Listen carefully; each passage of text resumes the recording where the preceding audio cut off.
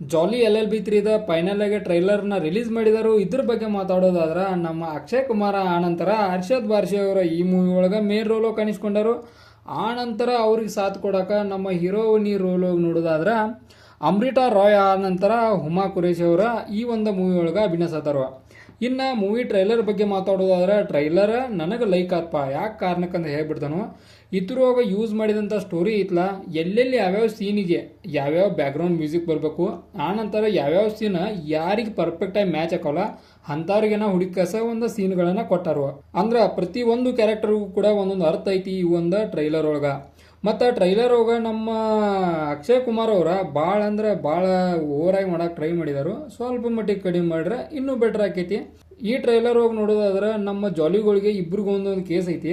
ಆ ಕೇಸ್ ಏನಪ್ಪ ಅಂದ್ರೆ ನಮ್ಮ ಒಂದನೇ ಜಾಲಿ ಅಂದ್ರೆ ಹರ್ಷದ್ ವಾರ್ಷಿ ಅವರ ಮೊದಲನೇ ಜಾಲಿ, ಆನಂತರ ಜಾಲಿ 2 ಆಯ್ಕಸ ನಮ್ಮ ಅಕ್ಷಯ್ ಕುಮಾರ್ ಅವರು ಅದಾರು. ಆನಂತರ ನಮ್ಮ ಒಂದನೇ ಜಾಲಿ ಕೈಯಾಗ ಒಂದು ಕೇಸ್ ಬಂದೈತಿ. ಅದ ಕೇಸಿಗೆ ನಮ್ಮ ಡಿಪೆಂಡ್ ರಾಯಲ್ ಒಂದು ಲಾಯರ್ ಆಯ್ಕಸ ನಮ್ಮ ಅಕ್ಷಯ್ ಕುಮಾರ್ ಅವರ ಅಭಿನಯಿಸದರು. ಅಂದ್ರೆ ಇಬ್ಬರದು ವಾರಂತ್ರಿ ಪಕ್ಕ ಒಂದು ನೋಡಕ್ಕೆ ನಮಗೆ ಸಿಗ್ತೈತಿ ಈ ಒಂದು ಮೂವಿ ಒಳಗೆ. ಆ ಒಂದು ಕೇಸ್ ಏನೈತಲ್ಲ ಪರ್ಟಿಕ್ಯುಲರ್ ಆಗಿ ಒಬ್ಬ ರೈತರ ಕುರಿತಂತೆ ಒಂದು ಕೇಸ್ ಐತಿ. ಇದ್ರೊಳಗೆ ಹರ್ಷದ್ ವಾರ್ಷಿ ಅವರ ಪರವಾಗಿನ ಕೇಸ್ ಆಗಬೇಕು. ಕಾರಣ ಇಷ್ಟ ಅದ ರೈತರ ಪರವಾಗಿ ಐತ್ಲ ಅದಕ್ಕೆ. ಆನಂತರ ಇದು ಒಂದು ಏನೈತಲ್ಲ ಅದು ಕೇಸ, ಆ ಕೇಸಿಗೆ 50,000 ರೂಪಾಯಿ ದಿನಕ್ಕೆ ತೊಗೊಂಡು ಕಸ ನಮ್ಮ ಅಕ್ಷಯ್ ಕುಮಾರ್ ಅವರು ಅದಕ್ಕೆ ವಾದಿಸತ್ತಾರು. ನೋಡೋಣ ಯಾರ ಗೆಲ್ತಾರೋ ಯಾರು ಸೋಲ್ತಾರ ಅಂತೇಳಿ ಮೂವಿ ನೋಡಿದ ಗೊತ್ತಾಕೈತಿ. ಆನಂತರ ಮೂವಿ ಸ್ಟೋರಿ ಅಂತ ತಿಳಿತು. ಯಾವ ಕಾರಣಕ್ಕಂದ್ರೆ ಟ್ರೈಲರ್ ಒಳಗೆ ನಮಗೆ ಡೀಟೇಲ್ ಆಗಿ ಮೂವಿ ಸ್ಟೋರಿಯನ್ನು ಎಕ್ಸ್ಪ್ಲೇನ್ ಮಾಡಿದಂಗೆ ಐತದ. ಅಂದ್ರೆ ಮೂವಿ ಸ್ಟೋರಿ ಅಂದ್ರೆ ಒಂದು ರೈತರ ಒಂದು ಲಾಸ್ಟಕ್ಕೆ ಇದಾಕೈತಿ. ಫಸ್ಟ್ನೇಕ್ ಒಂದು ಕಾಮಿಡಿ ರೀತಿ ಇರ್ತೈತಿ. ಆನಂತರ ಬರ್ಬರ್ತಾ ಸೀರಿಯಸ್ ಆಗೊಂತ ಹೋಗ್ತೈತಿ. ಅಂದ್ರೆ ಹೋಗುತ್ತಾ ಸೀರಿಯಸ್ ಆಗಿ ಒಂದು ಮೂವಿಯನ್ನು ಕ್ಲೈಮ್ಯಾಕ್ಸ್ ಬಂದ್ಬಿಟ್ಟು ನಮ್ಮ ರೈತರ ಪರವಾಗಿ ಒಂದು ಆಗೋ ಚಾನ್ಸ್ ಐತಿ. ಈ ಥರ ಒಂದು ಮೂವಿ ಎಂಡ್ ಆಗ್ಬೋದು.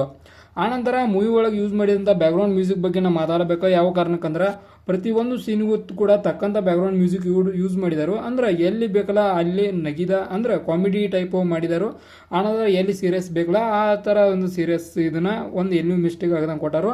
ಆನಂತರ ಈ ಮೂವಿ ಒಳಗೆ ಒಂದು ಯೂಸ್ ಮಾಡಿದಂಥ VFX ಕೂಡ ಐ ರಿಯಲಿ ಲೈಕ್. ಯಾವ ಕಾರಣಕ್ಕಂದ್ರೆ ಹೇಳ್ತಾನು ಪ್ರತಿಯೊಂದು ಸೀನ್ಗೂ ಕೂಡ ನೋಡಿದಾಗ ಅರ್ಥ ಆಯ್ತು.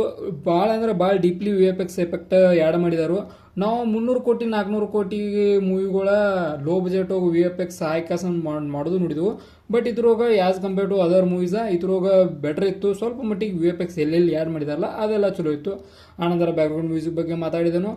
ಆನಂತರ ನಮ್ಮ ಮೇನ್ ಥಿಂಗ್ ಈ ಮೂವಿಗೊಂದು ಸ್ಟಾರ್ಗಳನ್ನು ಕೊಡೋದಾದ್ರೆ ಎಷ್ಟು ಕೊಡ್ಬೋದು ನೀವು ಹೇಳಿ ನೋಡೋಣ.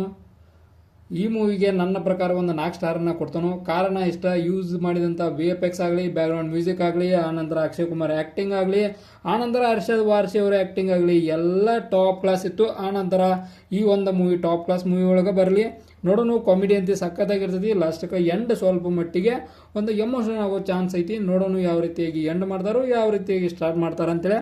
ಇದಾಗಿತ್ತು ಜಾಲಿ LLB 3 ಒಂದು ಟ್ರೈಲರ್ ರಿವ್ಯೂ. ಇದೇ ಥರ ನಿಮ್ಗೆ ಇನ್ಫಾರ್ಮೇಟಿವ್ ವಿಡಿಯೋಗಳು ಬೇಕಾದ್ರೆ ಚಾನಲ್ ಸಬ್ಸ್ಕ್ರೈಬ್ ಮಾಡ್ಕೊಳ್ಳೋದು ಮರಿಬೇಡ್ರಪ್ಪ, ಮಾಡ್ಕೊರಿ. ಮತ್ತು ವಿಡಿಯೋ ಇನ್ಫಾರ್ಮೇಟಿವ್ ಆದ್ರೆ ಒಂದು ಲೈಕ್ ಕೊಟ್ಟು ನಮ್ಗೆ ಸಪೋರ್ಟ್ ಕೂಡ ಮಾಡಿರಿ.